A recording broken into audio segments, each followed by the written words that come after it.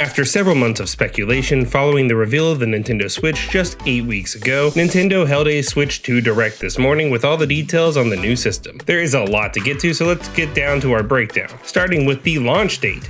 June 5th, 2025. That will see the worldwide release of the Nintendo Switch 2. Pre-orders for the hotly anticipated gaming experience go live April 9th here in the US. As for the price, there are two options at launch. The console alone will retail at $449.99, or you can opt for the Mario Kart World Bundle, which has a digital copy of that game in it, for $499.99. This is pretty much exactly what I expected. Now let's get to the system itself. Nintendo's motto for the console is all together, anytime, anywhere. The Nintendo Switch 2 breaks from the long-standing tradition of Nintendo nonsense where they make a system full of gimmicks, and instead focuses on modernizing and massively overhauling improvements to the original. For starters, the screen is significantly larger, growing from 6.7 inches to a much beefier 7.9-inch screen. That larger screen means more details in the pixels, which means that the output is going to be a lot higher. There's also larger thumbsticks and SR and LR buttons to make the controls feel more comfortable for more sizes of hands. Importantly, these size bumps don't come with a thickness increase. I wish I could say the same. As I said before, the bigger screen also means a lot more pixels, taking the handheld gaming experience to a full HD 1080p. But the most impressive improvement here to me is support for 120 FPS. FPS, or frames per second, is how many frames of an animation are played per second of footage. Most games clock out at 30 FPS or 60 FPS depending on the game and how technically intensive it is. 120 frames basically doubles that output on supported games and systems, meaning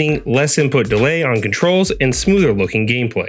The all-new Joy-Con 2 controllers connect magnetically.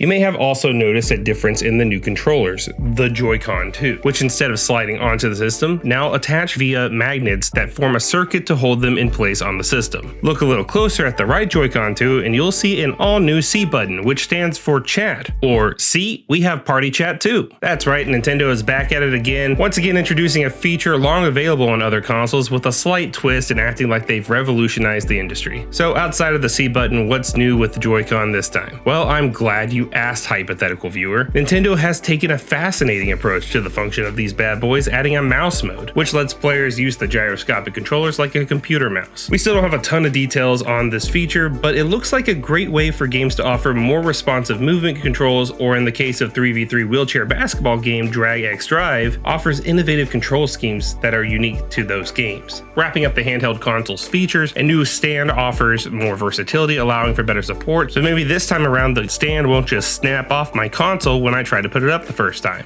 Use the Nintendo Switch 2 dock to connect to your TV and enable up to 4K resolution for compatible games. Nintendo has also upped its game in the docking department for at-home play. The Nintendo Switch 2's dock is more up to speed with modern consoles, with an internal fan for cooling and an increased processing power, allowing the Nintendo Switch 2 games to be played at 4K with support for up to 120 frames per second. One of the biggest complaints out the gate with the original Switch was its lack of on-system storage. So the Mario makers have decided to offer 8 times the storage of that system this time around, with the Switch 2 coming strapped with 256 gigabytes of console storage. Lastly, let's look at some of the new features on the system itself. With games getting more expensive, it's not always feasible for your whole friend group to shell out their hard-earned cash for their own copies of games. Nintendo seemingly respects this and is offering a new way to approach multiplayer games with Game Share. Players can share and play the same game with other players who do not have the game. If one person has a Nintendo Switch 2 system and a game compatible with Game Share, that person can invite others to temporarily play the game together via local play with the Nintendo Switch 2 or an older Nintendo Switch system. Between Nintendo Switch 2 systems, Game Share can also be used along with Game Chat for online play, so that players can chat with others while all of them are playing the same game. It's a nice little feature from Nintendo that offers a little more versatility to players who don't have a ton of money. If you're worried about leaving behind your Switch library of games, don't be. Not only is the Switch 2 backwards compatible, but certain games such as Breath of the Wild, Tears of the Kingdom, Mario Party Jamboree, and upcoming titles like Metroid Prime 4 and Pokemon Legends ZA are going to receive enhanced Switch 2 versions offering improved visuals, frame rates, and even in some cases, all new ways to play the game. And speaking of games, Nintendo came packing with a deluge of new and old titles coming to the system.